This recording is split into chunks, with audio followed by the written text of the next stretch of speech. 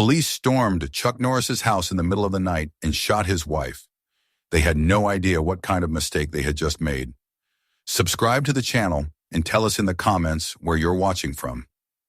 The night had settled over the Texas hills with the kind of stillness that belonged only to the country. Crickets hummed in the tall grass, and a faint wind whispered through the pines outside the Norris family's ranch house. Inside, the golden lamplight from the living room spilled softly across the floorboards, touching the shelves of old photographs and the wooden frames that lined the hallway. The clock ticked calmly above the mantel, and for a moment the house felt like a portrait of peace. Chuck Norris sat by the window with a cup of tea growing cold beside him, reading over the pages of a proposal for a new veterans outreach project. It was the kind of work that had kept him grounded after years in front of cameras and decades of discipline drilled into his bones. The world knew him as an icon of strength, but at home he was simply a husband and father, content to spend his evenings surrounded by the voices he loved most. From the kitchen came the faint sound of water boiling. Gina O'Kelly moved with practiced ease, setting out 2 mugs, her soft humming drifting through the room. She had that quiet grace that never needed to announce itself. Years of raising children, managing the household, and working with community clinics had given her an unshakable calm. Their 2 children, Eric and Hannah, were upstairs. One was lost in homework. The other had fallen asleep clutching a worn-out storybook about horses. It was late, but Gina always waited up for Chuck, even if she never said it outright.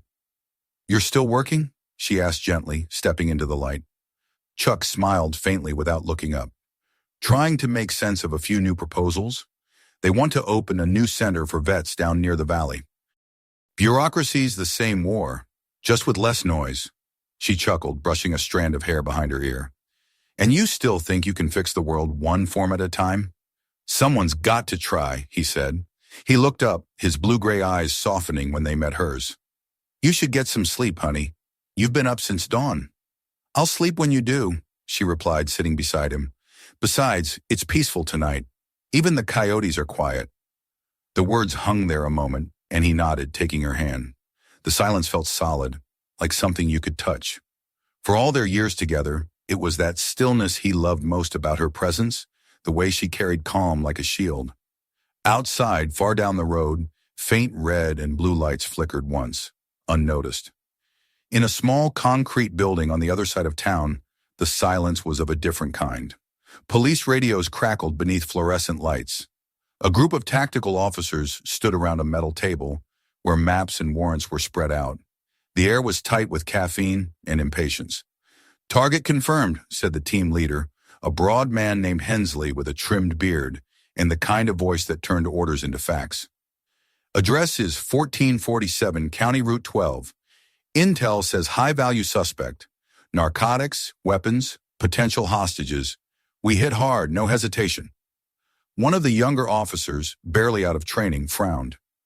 "Sir, that address, I thought the name listed was Myers, not Norris?" Hensley glanced down at his tablet. "Same coordinates. Typo on the name. Happens all the time." "But sir, the database—" "Don't argue, kid," Hensley snapped. "This comes straight from the warrant desk. We move in at sure 030. Full lights, flash entry. Remember, no risks, no heroes. We do this by the book." The young officer hesitated, but the others were already nodding, strapping on vests, loading less lethal rounds, checking rifles. No one wanted to be the one to question command. No one realized the warrant clerk had mistyped a single digit, turning 14047 into 1474, the Norris address. Back at the ranch, midnight drifted closer. The kettle whistled softly. Chuck stood to turn off the stove while Gina tidied the living room, stacking the children's books in a neat pile. Through the window, he caught the faint shimmer of headlights at the far end of their long dirt driveway. "Expecting company?" Gina asked. He shook his head. "Probably a lost driver. Nobody comes up here this late." But the lights stopped moving. 2 more appeared behind them, then another pair, then another. His instincts tightened. Years of training in the Marines and in life had given him a sixth sense for when something was wrong, and every muscle in his body recognized the subtle rhythm of coordinated movement. He turned off the lamp, the house falling into partial darkness. Stay with the kids, he said quietly. Chuck? Her voice held both question and worry. It's probably nothing. Just lock the bedroom door, okay? He moved to the window, parting the curtains slightly. Shadows were shifting across the yard, figures in tactical gear, rifles at the ready, helmets gleaming faintly in the moonlight. His heart began to hammer, not from fear but from the surreal sight of what he was witnessing. This can't be real, he thought. He reached for his phone, about to dial the sheriff's office when a voice outside barked through a megaphone, sharp and distorted. This is the police! Open the door! Hands where we can see them! Gina appeared at the top of the stairs, pale, holding Hannah close. What's happening? Chuck didn't have an answer. The words caught in his throat. They think we're someone else. Then tell them. I will. Just keep back, sweetheart. Keep the kids in the hallway. He walked toward the front door slowly, deliberately, one hand raised, phone in the other. This is Chuck Norris, he called out, voice deep and steady. You've got the wrong house. There are children inside.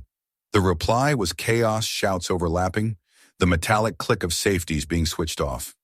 Inside the van parked down the road, Hensley heard the words through his headset but brushed them aside.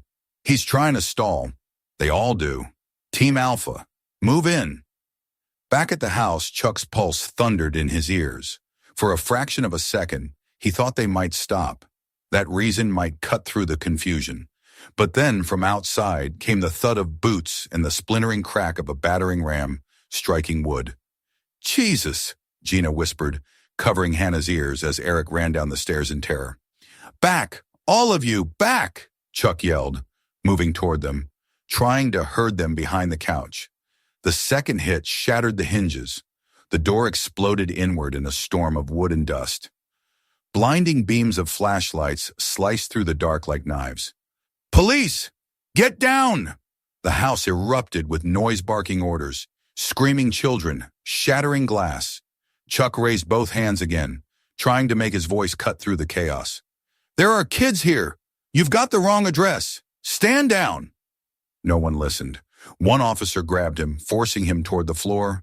Another shoved past, weapon raised, sweeping the hallway. In the confusion, Gina stepped forward, pleading, her voice breaking. Please, stop. We're unarmed. There's nothing here. Her words vanished under the sound of movement, of boots scuffing wood and weapons clattering. The youngest officer, the same one who had questioned the address, froze near the kitchen doorway. His flashlight beam caught the reflection of metal, a kitchen knife on the counter. Adrenaline, panic, and poor training fused into one disastrous reflex. The gunshot rang out like a hammer against the silence. Chuck's world constricted to that single sound. The smell of gunpowder filled the air. He turned and saw Gina collapse, her hand clutching her side, the mug she'd been holding shattering as it hit the floor. Time slowed to a crawl. Eric screamed. Hannah fell to her knees beside her mother. Target neutralized, someone muttered over the radio. Chuck's head snapped toward the voice. The words barely made sense. He dropped beside Gina, pressing his hand over the wound, his mind shifting into the calm efficiency of a man who'd seen battlefield injuries before. Stay with me, sweetheart, he whispered. You're okay. You're okay. Her breath came shallow and fast. Her eyes fluttered, trying to focus on his face. Chuck, the kids, they're safe, he said firmly. Just breathe. He looked up, his voice cutting through the room like thunder. Get medics in here now. No one moved. The team leader was still shouting commands, securing rooms that didn't need securing, pointing rifles into closets and behind couches as if ghosts might strike. She's bleeding out, Chuck roared. You shot a civilian. She's my wife. Sir, stand back, Hensley shouted. But there was uncertainty in his tone now, something human slipping through the layers of command. Chuck's voice was steady, but beneath it simmered a fury older than any discipline could contain.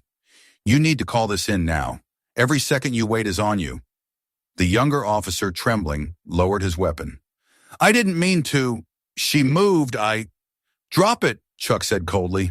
Put the gun down before you make it worse. The boy obeyed, eyes wide, tears streaking through the dust on his face. The team finally began to retreat, their confidence unraveling as the reality of what they'd done began to settle over them. Outside, Distant sirens wailed the real medics, the ones who could still save a life. Chuck stayed kneeling on the blood-stained floor, holding Gina's hand, refusing to let go. "Stay with me, love," he whispered, his voice raw but steady. "I've got you, I promise." The flashing lights outside painted the walls red and blue. The children clung to each other in the corner, sobbing quietly. Through the broken doorway, the first EMTs rushed in, faces pale as they realized who was inside this house. Behind them, the police captain arrived, barking orders and swearing under his breath when he saw the woman bleeding on the floor and the man kneeling beside her. Chuck didn't look up. His focus was on the pulse beneath his fingers, faint but still there. "Don't go," he whispered. "Not like this." As the medics lifted her onto the stretcher, her hand slipped from his grasp. He stood slowly, his shirt streaked with her blood, the house destroyed around him. Outside, under the pulsing ambulance lights, cameras were already flashing. Reporters would soon know that something unthinkable had happened on this quiet road. Chuck followed the stretcher, his boots crunching on broken glass. He didn't look back at the wreckage of their home.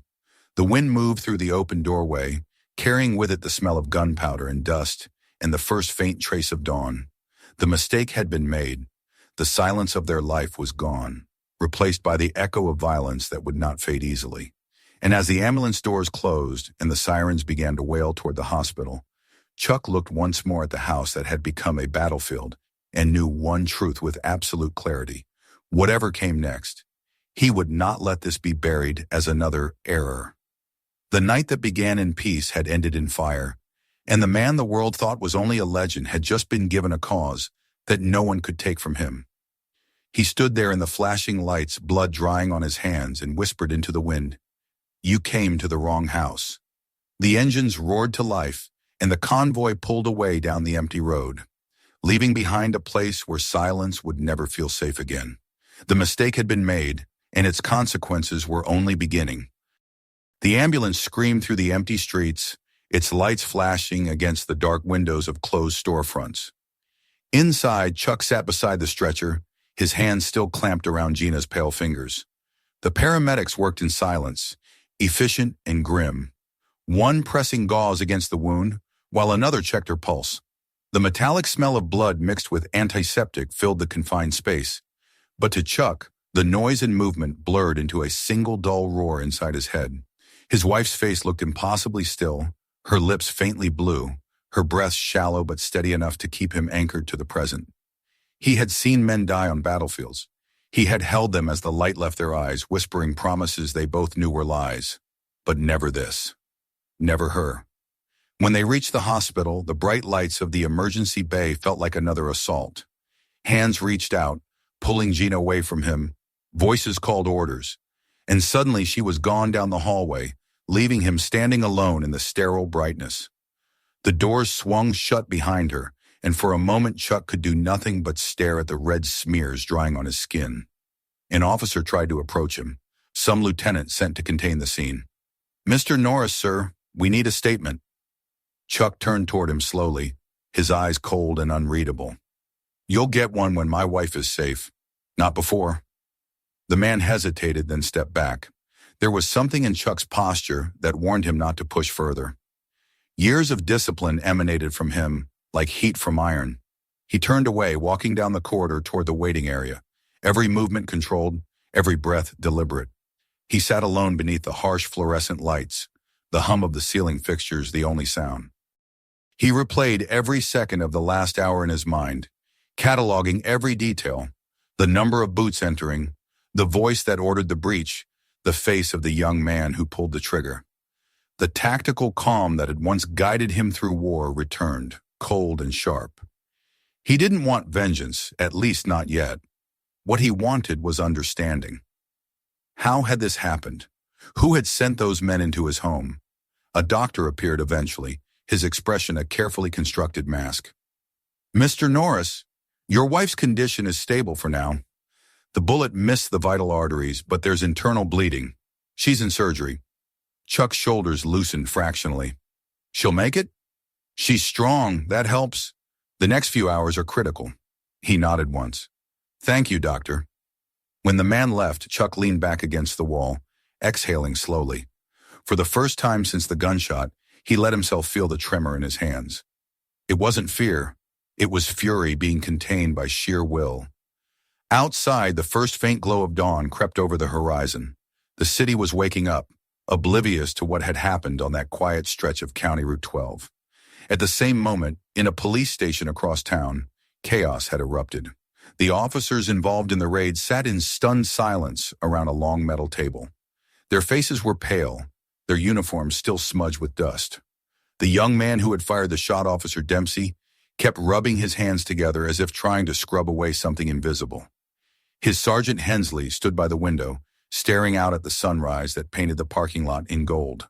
A captain entered, his voice already hard. "What the hell happened out there?" Hensley turned slowly. "We executed the warrant as ordered. Things went wrong." "Wrong?" The captain slammed a file onto the table. "You broke into Chuck Norris's house, shot his wife, and terrorized his children? That's beyond wrong, Sergeant. That's career suicide for everyone in this room." Dempsey spoke up, his voice cracking.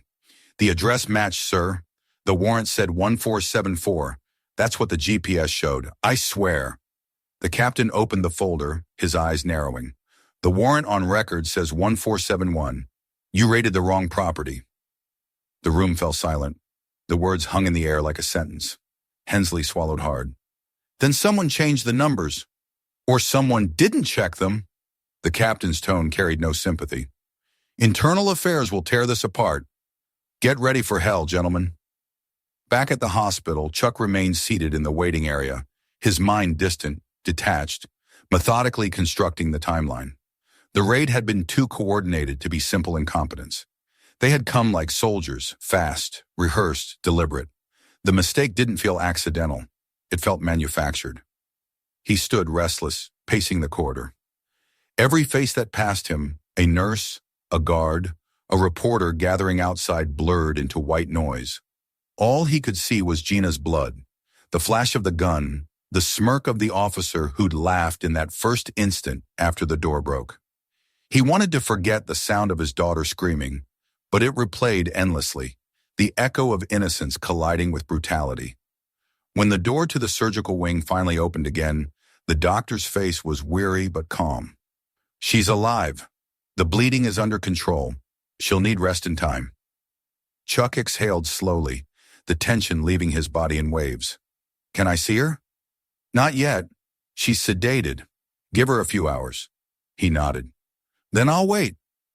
He returned to his seat, silent as stone. Time passed in uneven waves. Minutes stretched. Conversations blurred. Around mid-morning, a group of police officials arrived, their uniforms crisp, their expressions carefully neutral. The captain stepped forward. "Mr. Norris, may we speak privately?" Chuck looked up. "You may speak here." The captain hesitated. "There's been an incident." "I know. You raided my house." A flicker of discomfort crossed the man's face. "We want to assure you this was a terrible mistake. The address—" "I know the address," Chuck interrupted. "I also know procedure. You confirm target identity before breaching. You verify. You don't fire on unarmed civilians." "Mr. Norris, emotions are high. We understand your anger, but—" "Don't," Chuck said quietly. "Don't tell me what I feel." The weight of his voice silenced the room. The captain cleared his throat, looking down at the folder he carried. "We've suspended the officer responsible. There will be an investigation. I promise you, we'll make this right." Chuck's eyes were unreadable. "You can't make it right. You can only make it known." He stood, brushing past them toward the hallway that led to Gina's room. Behind him, the captain exhaled sharply, muttering to one of his men. "If he talks to the press, this department's finished." By evening, news of the incident had already leaked. The words "wrong address" and "officer-involved shooting" began crawling across television screens. Commentators speculated, neighbors gave interviews, and the story spread with the inevitability of wildfire. Inside the hospital room, Chuck sat beside Gina's bed, her hand resting in his. The rhythmic beeping of the monitors filled the air, steady and mechanical. He stared at her face, pale, peaceful, marked by strength even in unconsciousness. "I'm here," he whispered, "and I'm not letting them bury this." When she didn't stir, he leaned back, closing his eyes. The day's exhaustion pressed against him, but beneath it pulsed the same unrelenting determination that had carried him through combat zones and long years of discipline. They had come into his home, shattered his peace, wounded the woman who was the heart of his world, and then called it an error. No, he thought, not this time. Somewhere deep in the city, Sergeant Hensley sat in his dark apartment, a drink untouched beside him. He stared at the television where the news anchor was listing the names of those involved. His name wasn't public yet, but it was only a matter of time. His phone buzzed an unknown number. He hesitated, then answered. A flat voice spoke. Sergeant Hensley, you don't know me, but we both know what happened tonight wasn't just a mistake. Keep quiet and you'll keep your pension. Speak and you'll lose more than that. Who is this? Hensley demanded. Someone who needs the city's redevelopment to stay on schedule, the voice said, calm and detached. Let the department take the fall. Don't look deeper. The line went dead. Hensley sat frozen, the blood draining from his face. Redevelopment? He knew enough about the city's politics to recognize the word. He looked down at his trembling hands. They were dirty in more ways than one. Back in the hospital, the night deepened. Chuck hadn't moved for hours. Every sound, the footsteps of nurses, the faint hum of the ventilation system, kept him awake. He thought about the officer who had pulled the trigger. He could still see his eyes, fearful, young, already realizing what he'd done. And yet, above that guilt, there had been another presence that night. Command, authority, arrogance. Someone had given permission for recklessness. Someone had allowed it. He stood quietly, walked to the window, and looked out over the city lights. Somewhere out there were the people who had made this happen, and they were already preparing to erase the evidence. But Chuck knew something they didn't. Years of service had taught him that chaos always left traces. Mistakes could be hidden, but never perfectly. He would find them. When morning came, Gina stirred faintly, her fingers twitching. Her eyes fluttered open, unfocused at first, then settling on him. Chuck? He was beside her instantly. Hey, I'm here. Her lips moved weakly. The kids? They're fine, they're safe. She tried to smile but winced. What happened? He hesitated. They came to the wrong house. Her eyes filled with tears, and he gently brushed them away. You rest now. We'll handle everything later. But her voice, faint though it was, carried a spark of the fire he'd always admired. Promise me you won't let them hide it. I promise, he said softly. She closed her eyes again, her hand tightening around his. Outside the room, a nurse walked by, whispering to another. They say he's already contacting lawyers. The department's in panic. Good, the other replied. Someone needs to make them answer. As the second night approached, Chuck sat by the bed, writing notes on a yellow pad. Names, times, license plates, details no one else would remember. He didn't know yet what kind of war he was stepping into, but he knew one thing for certain. This wasn't over. And far away in a city office filled with polished wood and quiet corruption, a man in a tailored suit watched the same news broadcast with a thin smile. Norris, he murmured, of all the houses in the county. He closed his laptop, leaned back in his chair, and made a single phone call. We have a complication. Clean it up. The war Chuck had sworn never to fight again had just found him. The difference now was that it wasn't fought for country or command. It was for family, for truth, for the right to live without fear behind his own front door. And as the hospital lights dimmed and the machines hummed beside Gina's bed, his resolve solidified into something unbreakable. The breach had happened, but it wasn't only the door they'd broken. It was trust, law, and the fragile peace of a man who had given his life to defend both.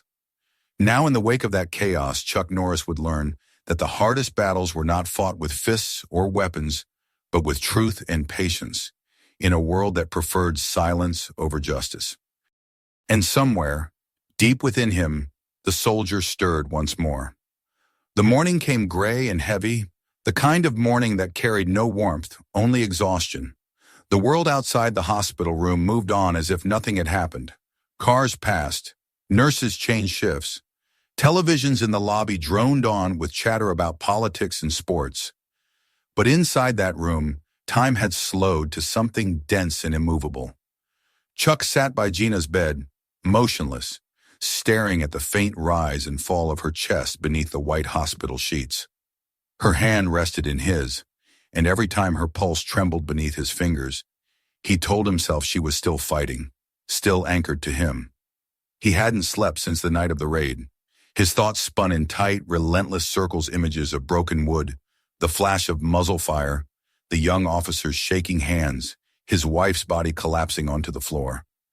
He replayed every sound, every movement, and each time the sequence ended the same way, with silence and the realization that he hadn't been able to stop it. That knowledge festered like acid in his chest. The television in the corner ran the story on loop. Breaking news. A police operation gone wrong. Officers mistakenly raid the home of actor and veteran Chuck Norris. His wife, Gina O'Kelly Norris, remains hospitalized after being shot during the incident. Authorities have issued an apology, calling the event a tragic misunderstanding. Chuck muted the sound. He couldn't stand the word misunderstanding. It made everything sound so sterile, so bloodless, like this was just a misplaced form or a wrong turn, not an armed invasion of his family's life. A quiet knock broke through his thoughts. A woman entered, mid-30s, dark hair pulled into a loose ponytail, press badge clipped to her jacket. She hesitated near the door. "Mr. Norris, I'm sorry to intrude. My name's Tasha Reed. I'm with the Independent Journal. I've been following your case." He didn't answer immediately. He looked her over, his gaze steady but not hostile. "If you're looking for a statement, you'll have to wait." "I'm not here for a quote," she said softly. "I'm here because what's being told to the public isn't true, and I think you already know that." That caught his attention. He motioned for her to close the door. "Go on." She stepped closer, lowering her voice. "The warrant used for your house, it was filed 4 hours after the raid. That's impossible unless they broke protocol. Someone forged the timestamp. I have a source in the clerk's office who's seen the original submission log." Chuck leaned back slightly, his jaw tightening. "You can prove that?" "Not yet," she admitted. "But if I can get an affidavit, it'll show that the department tried to cover their tracks. This wasn't just a mix-up, it was a negligence. Maybe worse." He exhaled slowly, the familiar calm of focus settling over him. "Then we expose it. Every detail, every name." Tasha studied him. "You're not like the others who get caught in this kind of nightmare. You don't look afraid." "I've spent my life facing things that wanted to kill me," he said quietly. "Fear's not the problem. Lies are." Before she could reply, the door opened again, and the nurse entered with a clipboard. "Mr. Norris, your wife's vitals are steady. She's asking for you." Chuck rose instantly, but before he stepped past Tasha, he said, "Find out who signed that warrant. Bring me the name." "I will," she promised. He entered the room to find Gina awake, her face pale but her eyes alert. The sound of her voice, soft, raspy, was the first thing in 2 days that eased the tension in his chest. "You haven't left this chair, have you?" He smiled faintly. "Didn't want to miss the moment you woke up." She reached for his hand. "The kids?" "They're safe. Staying with your sister for now." She nodded, her expression shifting, serious now. "They came to our house like we were criminals." "I know," he said, his voice low. "And they're trying to bury it already. They're calling it a clerical error." Her fingers tightened around his. "Don't let them." "I won't." For a while, neither of them spoke. The machines beeped softly, a slow rhythm that reminded him she was still here, still alive. Finally, she whispered, "Chuck." I saw his face, the man who shot me. He was scared. He didn't mean it. He looked down. Maybe not, but someone sent him there. Her eyes met his, steady despite the weakness. "Don't lose yourself trying to fight them. Promise me that." He kissed her forehead. "I'll handle it the right way." But even as he said the words, a part of him already knew that the right way would be tested. Later that afternoon, he stepped outside the hospital for the first time. The sky was overcast, heavy with the threat of rain. Reporters crowded the entrance, calling his name, their cameras flashing. He ignored them all, walked past the barricade, and got into his truck. The steering wheel felt rough under his fingers, as he drove back toward what was left of their home. The house stood silent at the end of the dirt road, scarred and hollow. The front door hung on a single hinge, yellow police tape fluttering in the wind. Inside, the living room was a wasteland of shattered furniture, splintered wood, and dried blood.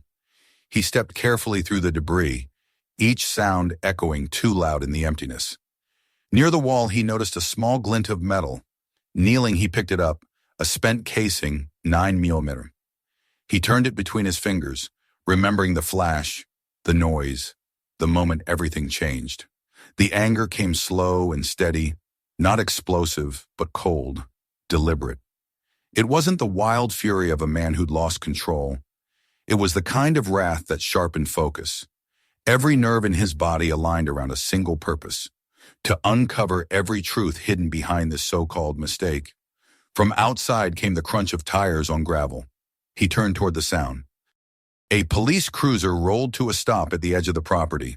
Out stepped a man in plain clothes, Hensley, the sergeant who had led the raid.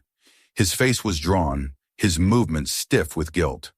"Mr. Norris," he began, hands visible, voice trembling slightly. I came to apologize." Chuck said nothing. "I didn't know the warrant was wrong," Hensley continued. "I trusted the paperwork. It's standard procedure.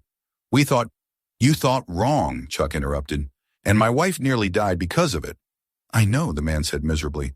"Internal Affairs is investigating, but there's more going on here than you think.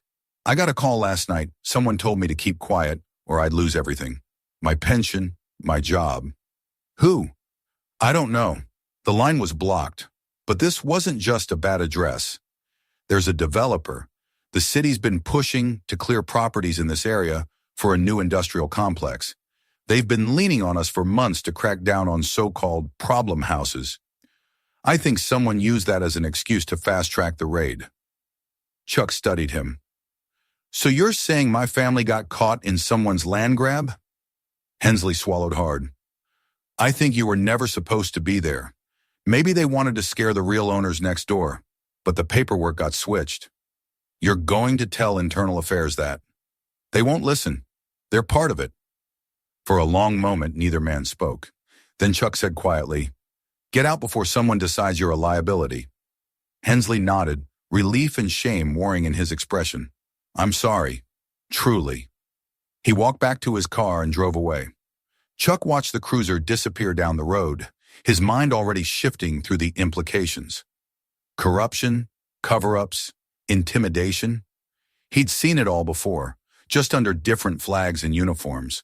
This wasn't war, but it was something close enough. He turned back toward the house. The rain had started, pattering against the broken windows, washing thin trails of dust and blood down the walls. He walked into what had once been their living room and knelt, resting his hand on the floorboards. The rage that had been simmering all day finally broke through, not as a scream, not as violence, but as a vow whispered to the ruins around him. "They came for the wrong man," he said softly, "and they're going to learn what that means." The days that followed blurred together.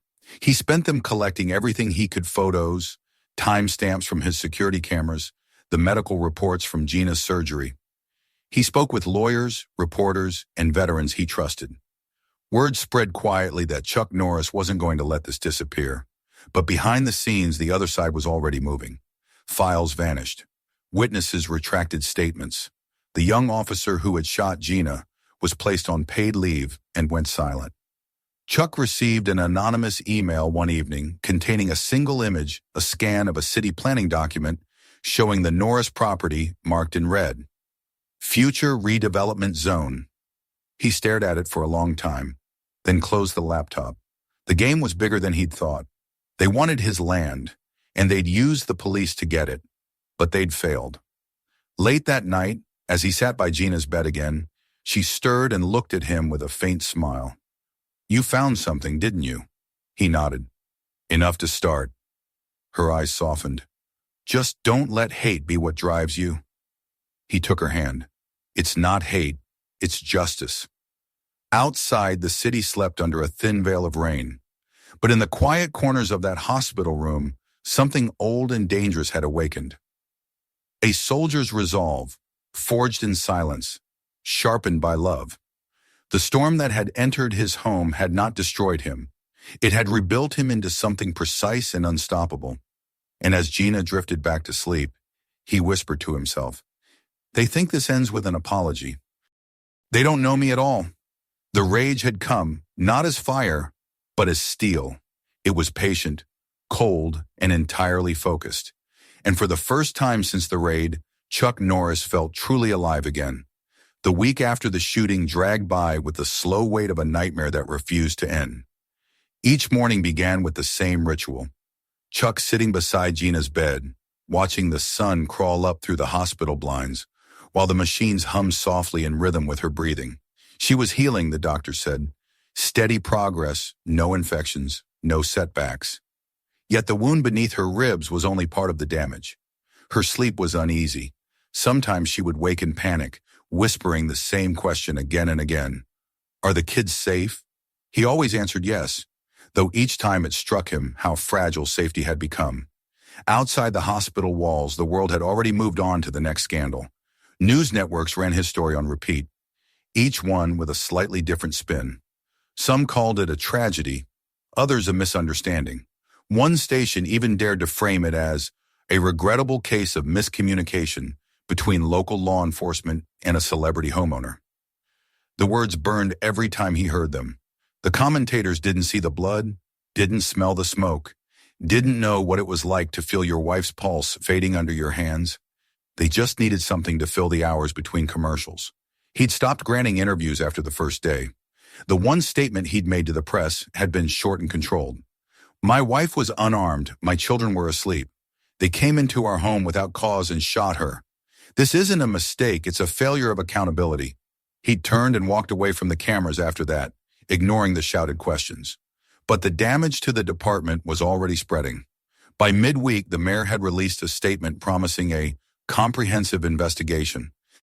The police chief appeared on television with red-rimmed eyes, saying that the city deeply regretted the events that transpired. Yet even through the apologies, Chuck could hear the rehearsed tone of self-protection. No one was admitting fault. They were playing for time. Tasha Reed visited him again, carrying a manila folder. She looked tired, her eyes shadowed, her voice low. I've got something for you, she said, sliding the folder onto the table.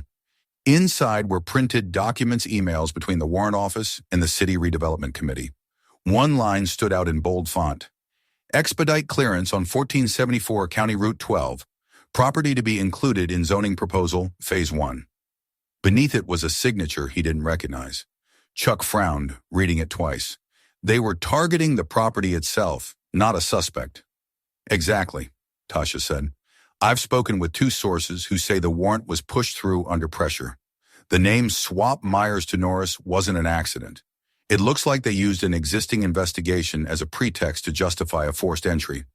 They thought the house was unoccupied. His jaw clenched. And when it wasn't, they covered it up. Internal affairs is stonewalling, she added. They're calling the whole thing a data error. But one of the clerks disappeared 2 days ago. Quit suddenly, no notice. That's not coincidence. Chuck leaned back, rubbing a hand over his face.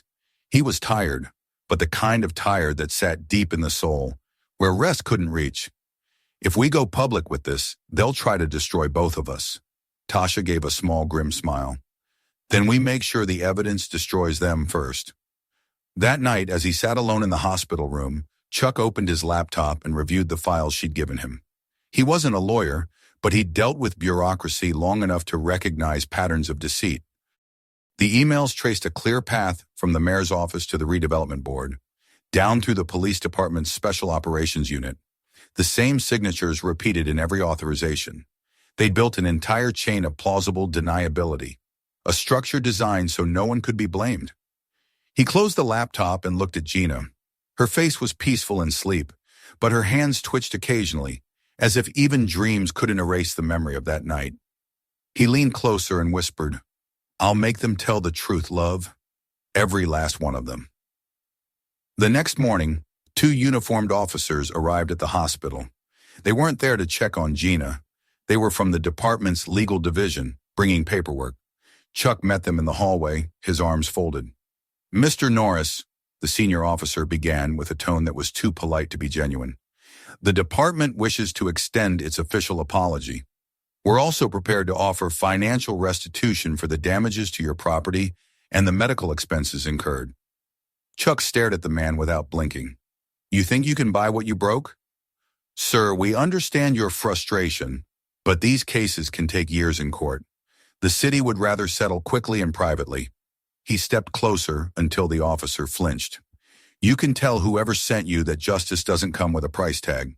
Now get out. They left without another word.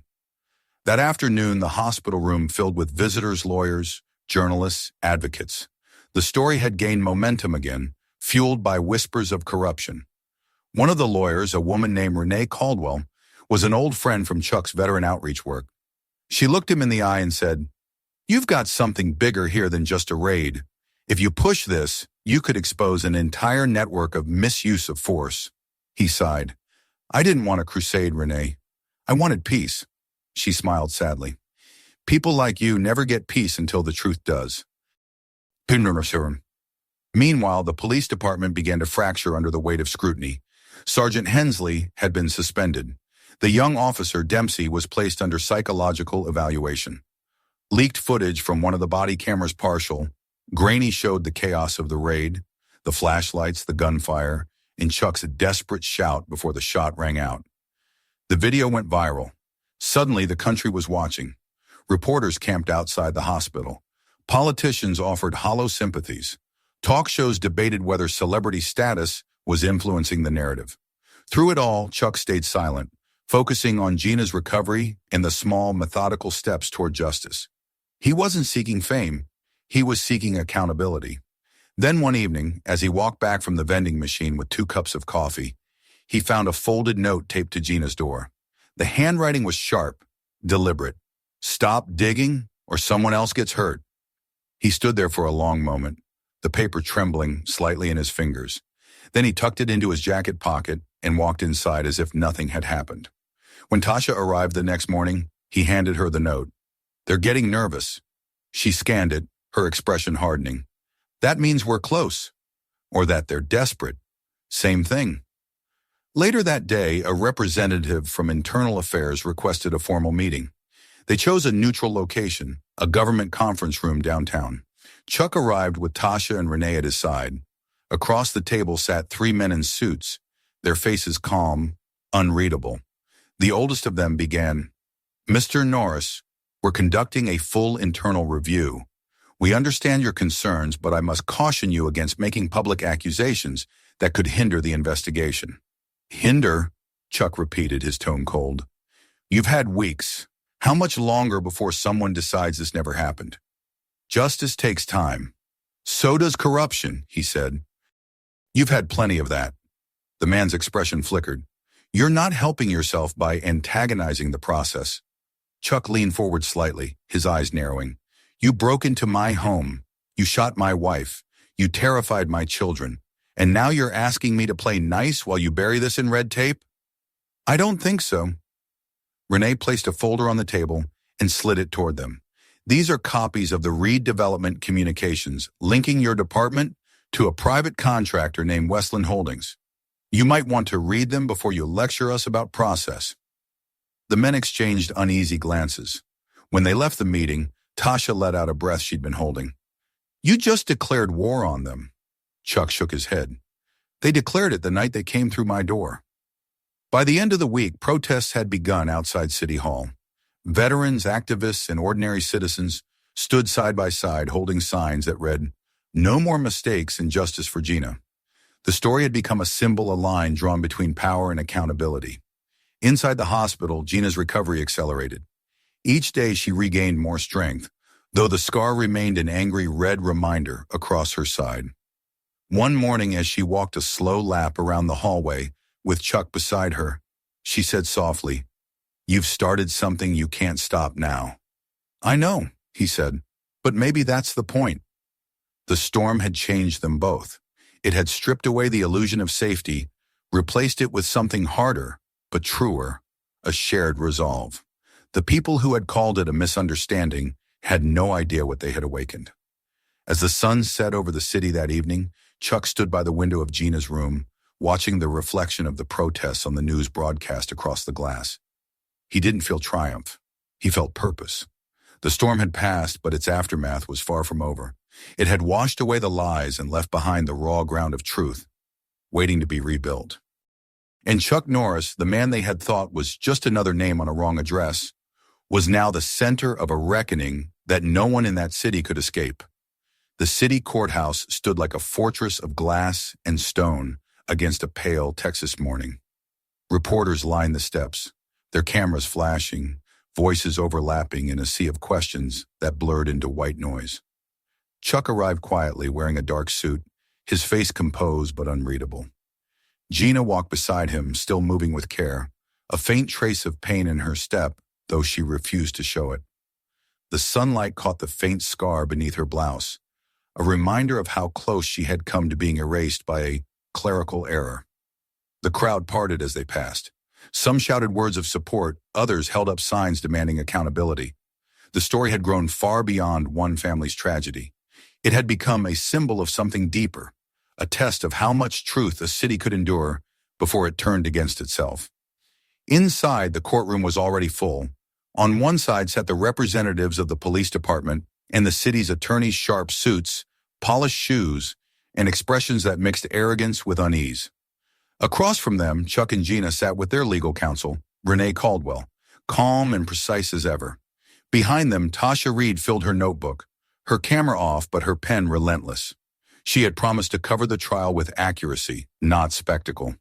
For her, this wasn't just a story, it was a reckoning. The judge entered and the room fell silent. The air carried that particular tension that only exists when the truth is about to meet its consequence. The first witness called was Sergeant Hensley. His face had aged since the night of the raid, the weight of guilt carved deep into the lines around his eyes. When he took the stand, he avoided looking at the Norrises. The city's attorney began with the expected questions, protocol, orders, communication breakdowns. Hensley answered mechanically, his tone practiced but heavy with shame. Then came Renee's turn. She rose slowly, her voice steady but sharp. Sergeant Hensley, you stated that you acted under a valid warrant. Who authorized that document? The order came from the operations chief, he said quietly. Did you confirm the identity of the suspect before entry? We were told confirmation had already been verified. By whom? Hensley hesitated. The warrant clerk. And did you later discover that the warrant had been altered after the fact? A muscle twitched in his jaw.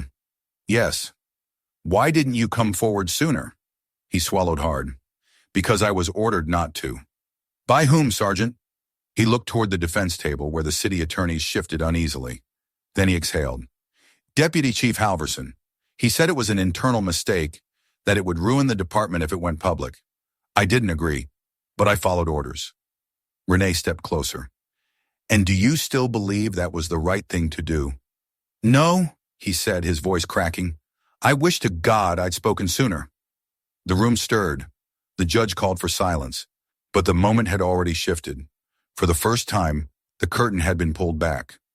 As Hensley left the stand, Chuck caught his eye. The man paused, then gave a small nod, a wordless acknowledgement of guilt and respect. Next came the young officer, Dempsey. His hands shook as he took the oath.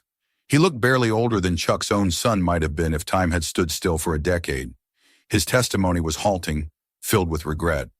I saw movement, he said, voice trembling. I thought she had a weapon. The light, it was blinding. I reacted without thinking. I didn't mean to. Renee interrupted softly. No one said you did, but you fired. And when you realized who you had shot, what happened next? He closed his eyes. The sergeant told me to say she reached for something. That's what we put in the report. But it wasn't true. She didn't reach for anything. She was just standing there. The courtroom was utterly silent. Gina's hand tightened around Chuck's. The young man continued, his words spilling out now in a rush of shame. When I saw her fall, I wanted to help, but they told me to stay back. They said it was procedure. I watched her bleed while they searched the house. I thought she was dead. When he finished, there were tears on his face. The judge called a recess, but no one moved. Even the city's attorney seemed shaken. Outside, the crowd had grown larger. and chants echoed down the courthouse steps. Truth for Gina, justice for all. The phrase caught like wildfire, spreading across the country before sunset. Over the following days, more witnesses came forward: dispatch operators, warrant clerks, a low-level city employee from the redevelopment office who finally broke under questioning. Her testimony changed everything. They told us to prioritize the properties marked for rezoning, she said, her voice trembling. There was pressure from Westland Holdings. They wanted quick clearance. The Norris property was misfiled under that project. When the mistake was realized, they told us to delete the record. I was afraid to say anything. Renee showed the court a printed chain of emails. These are from the same dates as the raid, she said. They show that city officials coordinated directly with the police department's task force to expedite forced entries in the area. This wasn't an accident, it was systemic. The city's lawyers tried to object, but the judge overruled them. The evidence was overwhelming. Every layer of bureaucracy that had been meant to diffuse responsibility now became a net catching the truth. On the fourth day, the deputy chief himself took the stand. His confidence had drained away under the weight of exposure. Renee's questions came like precise strikes. You ordered Sergeant Hensley to remain silent, correct? I advised him not to make premature statements. And you forged the timestamp on the warrant? No, that was clerical. She lifted another document. This email, signed by you, instructs the warrant office to retroactively confirm authorization. Is that your signature? He hesitated. Yes. So you ordered falsification of a legal document. His mouth opened, but no words came. The courtroom buzzed with low murmurs. From the gallery, Chuck watched every detail. His expression never changed, but inside him the storm built, not of rage this time, but of vindication, a grim, quiet satisfaction that the truth, however delayed, was surfacing at last. When the final evidence was presented, a recovered recording from a dash cam showing the raid's approach, the commands, the premature breach order, the case was sealed. It wasn't a single mistake. It was a cascade of deliberate negligence dressed as protocol. In her closing argument, Renee stood before the jury, her voice firm and steady. This case is not about vengeance. It is about the simple promise that no one, not even those sworn to protect us, is above the law. The Norris family was not targeted by accident. They were casualties of a system that values expedience over truth, image over integrity. You cannot undo what has been done, but you can decide whether justice still has meaning. The city's lead attorney responded with legal jargon and appeals to procedure, but his words rang hollow. No one in the room could unsee the evidence that had been laid bare. The jury deliberated for 2 days. During that time, Chuck and Gina walked the city streets together, avoiding reporters, finding brief moments of peace in ordinary places, a coffee shop, a park bench, the small church at the corner of Main. They didn't speak much. Words felt too small for everything they had lived through. When the verdict finally came, the courtroom was silent as the foreman rose. We find the city of Glendale and its police department guilty of civil liability for unlawful entry, falsification of records, and the use of excessive force resulting in grievous bodily harm. We further recommend criminal investigation of Deputy Chief Halverson and associated officials. The words fell like stones into still water, and the ripples spread outward. The judge nodded solemnly, dismissing the jury. Chuck turned to Gina, who met his gaze with tears in her eyes but a steady smile. We did it, she whispered. He shook his head softly. No, we told the truth. That's what matters. Outside, the courthouse steps erupted with cheers. Reporters shouted questions, microphones thrust toward him, but Chuck simply raised a hand for silence. When the crowd quieted, he spoke not with the voice of an action hero or a celebrity, but as a husband and a man who had seen too much. My family went through hell, he said, not because of bad luck, but because people forgot that power without accountability becomes corruption. My wife is alive, but others may not be so lucky next time. Don't let this be another headline that fades. Hold them all to the same standard you'd hold yourself. Then he took Gina's hand, and they walked down the steps together, past the flashing cameras into the open air of a city that for once felt like it might begin to heal. But healing, Chuck knew, wasn't the end. It was the start of something harder, the rebuilding of trust. The trial had brought truth into the light, but truth alone didn't change the world. People did, and he intended to be one of them. That evening, as the sun sank behind the skyline, painting the courthouse in amber light, Tasha filed her story. The headline read, "Norris verdict redefines justice. Truth triumphs over power." Beneath it, she wrote the final line in her piece, quoting him directly. "Surrendering to anger is easy. Standing up with calm resolve, that's what breaks the chain." The quiet of their hotel room that night, Gina leaned her head against his shoulder and whispered, "It's over." He wrapped an arm around her gently. "No," he said, "it's just beginning." Because deep down they both knew that justice didn't end with a verdict. It began with what people chose to do after it. And somewhere beyond the city lights, the first outlines of that new beginning were already taking shape. 6 months after the verdict, the morning sun rose over the hills of Texas and spilled its golden light across the foundation of what had once been a scarred ruin. The place that had echoed with gunfire, screams, and breaking glass was now filled with the sounds of hammers, laughter, and the rhythmic scrape of brushes against fresh paint. A new building stood where the old one had fallen, its walls clean and white, its windows wide and bright. Above the entrance, cast in bronze letters, the sign read, "The Gina Norris Community Care Center." Chuck stood at the top of the front steps, his hands in his pockets, surveying the scene below. Volunteers moved in a steady rhythm, carrying boxes of medical supplies, arranging chairs, setting up banners for the dedication ceremony. The smell of fresh lumber mixed with that faint sweetness of new paint and earth turned up by construction. For months, this ground had been a wound in the landscape, a grim reminder of violence and injustice. Now it was becoming what Gina had dreamed it could be, a place where pain would be met not with fear, but with care. He felt the warmth of the sun on his face and turned slightly as Gina stepped out from the building. She moved carefully, still leaning on her cane, though her steps had grown stronger. Her face, once pale and haunted, now carried quiet determination. The light caught the silver hummingbird pin on her lapel, the same one she had worn that night before everything shattered. It had been restored by a local jeweler who refused payment, saying simply, "Some things deserve to shine again." "Looks different now, doesn't it?" she said, her voice soft but steady. "It does," Chuck replied, watching a group of children plant flowers along the walkway.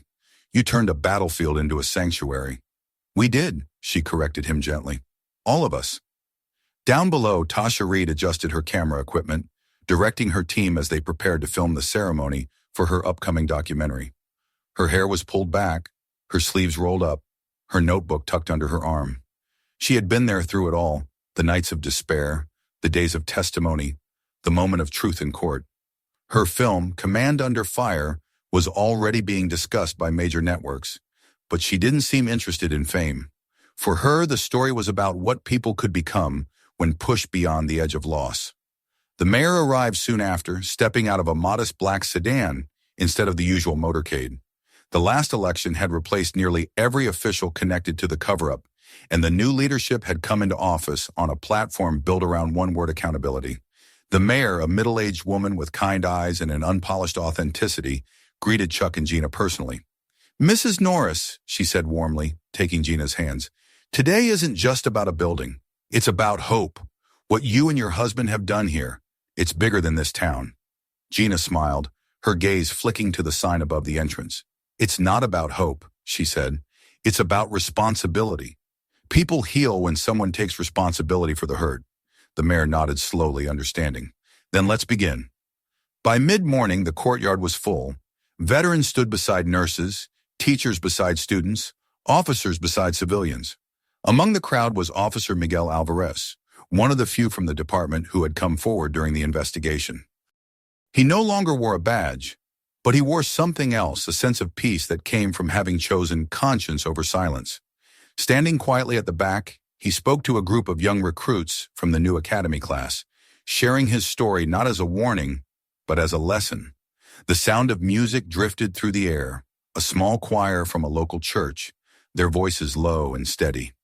Deacon Elijah Brown, still spry despite his years, made his way to the podium to offer the opening prayer.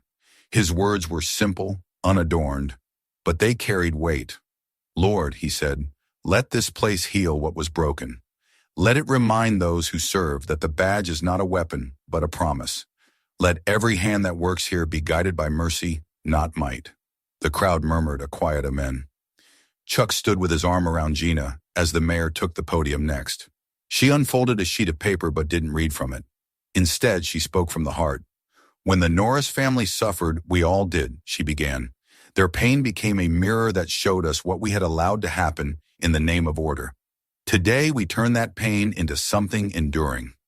The Gina Norris Community Care Center will provide free medical assistance to families affected by violence, veterans struggling with trauma, and anyone in need of help without fear of judgment or bureaucracy. This is what justice looks like when it learns compassion." Applause rippled through the crowd. Gina looked down briefly, her hand tightening around Chuck's. She didn't like attention, but she knew this wasn't about her. It was about the people who would walk through those doors in the years to come. When it was her turn to speak, she moved slowly to the podium, her cane clicking lightly against the wood floor. The microphone picked up the faint tremor in her breath, but her voice was firm. "6 months ago," she said, "this ground was soaked with fear. I remember lying here thinking my children would wake up without their mother. But I also remember my husband's hands holding me, his voice steady even when everything else was chaos. I remember the strangers who came forward to tell the truth, and I remember every face that refused to look away. That's what saved us, not power, not law, but humanity. That's what will save others too." She paused, her eyes sweeping the audience. "We called this place the House of Light because light doesn't erase shadows. It reveals them. And when people can see clearly, they can choose to do better." The applause was thunderous this time. After the speeches, the mayor joined Gina in cutting the ceremonial ribbon. The red fabric fluttered in the breeze as scissors met silk, and the crowd erupted in cheers. Reporters captured every moment, flashes reflecting off the glass facade of the new building like stars. Children released small paper hummingbirds into the sky, an idea from Imani, Chuck and Gina's daughter, who now stood at the edge of the crowd filming the live broadcast for the center's website. Imani had become a force of her own. During the months following the trial, she had built an online movement advocating for transparency in policing, launching a platform called Clearline. Her dedication had drawn volunteers from across the country, students, journalists, veterans, ordinary citizens, all inspired by what her family had endured. The site's motto, displayed on a banner at the event, read simply, "Truth heals." As the festivities wound down, Chuck found himself inside the building, wandering through its halls. The main lobby was bright, decorated with photographs of the community during the rebuilding process, neighbors helping neighbors, volunteers repainting walls, children drawing murals. On one wall hung a framed copy of the court verdict, beneath which a plaque read, "Justice is not revenge, it is restoration." He walked into one of the consultation rooms where a new volunteer, a young doctor fresh out of residency, was unpacking medical equipment. "Mr. Norris," she said, straightening nervously, "it's an honor. My father served with you in the Marines." Chuck smiled faintly. "Then you've already done more than enough to honor him by being here." The doctor laughed shyly. "We'll do our best to live up to her name." She nodded toward Gina's photo on the wall. "You already are," he said before stepping out again. In the garden behind the center, the scent of jasmine and freshly turned soil filled the air. Raised beds waited for vegetables that would be used in the free meal program, and a small fountain bubbled quietly in the corner. Gina was there, speaking softly with Alvarez, who was helping an elderly man with the new wheelchair ramp. "You didn't have to come today," she told him. "Yes, I did," Alvarez replied. "If I hadn't, I'd never forgive myself for what we failed to stop. This," he gestured toward the building, "this is proof that something good can still come out of all that pain." She smiled at him. "Then help us keep it good." "I will." When evening came, most of the crowd had dispersed. The last volunteers packed up equipment as the sky turned shades of orange and purple. Tasha lingered, filming the final shots of the documentary, the sunset reflecting off the building's windows. the sign above the entrance glowing in the fading light. She approached Chuck and Gina, who stood together at the steps. "This is the ending I was hoping for," she said softly, lowering her camera. "But somehow it feels like a beginning." Chuck nodded. "It is." She looked thoughtful. "You know, when I first covered your story, I thought it was about injustice. But now I think it's about endurance. You turned grief into something that will outlast every headline." "That was Gina," Chuck said quietly. "She reminded me that strength isn't what knocks people down. It's what helps them stand again." Tasha smiled, closing her notebook. "Then maybe that's how I'll end the film." When she was gone, the couple lingered on the steps, watching the last light fade from the horizon. Inside, the lights of the center flickered on automatically, one by one, filling the interior with a warm glow that spilled out through the windows and across the courtyard. Gina leaned her head against his shoulder. "Do you ever think about that night anymore?" He was silent for a long moment. "Sometimes," he admitted, "but not the way I used to. I don't see the fear anymore. I see what came after." "What do you see?" He looked at the building, the people still moving inside, the laughter of children echoing faintly from the garden. "I see light where there used to be darkness." She smiled faintly. "Then I guess we did something right." He squeezed her hand gently. "No, you did. I just followed your lead." Above them, the hummingbird mural shimmered under the last rays of sunlight, its wings spread wide, colors catching the glow in 1,000 fragments. It seemed alive, forever in motion, as if ready to lift off and carry their story far beyond this place. And as the evening settled into quiet, the house of light stood firm against the coming night, a beacon built not on anger or vengeance, but on the unbreakable will of two people who refused to let fear have the final word. Inside, the lights burned bright long after the streets emptied. They would stay on through the night, as they always would, because the world, Chuck thought, as he locked the door behind them, still needed to see that light to remember what justice truly looked like. If this story moved you, don't forget to subscribe for more powerful, true life stories, and share this video so others can see what really happened. Watch the next episode now. You won't believe what comes next.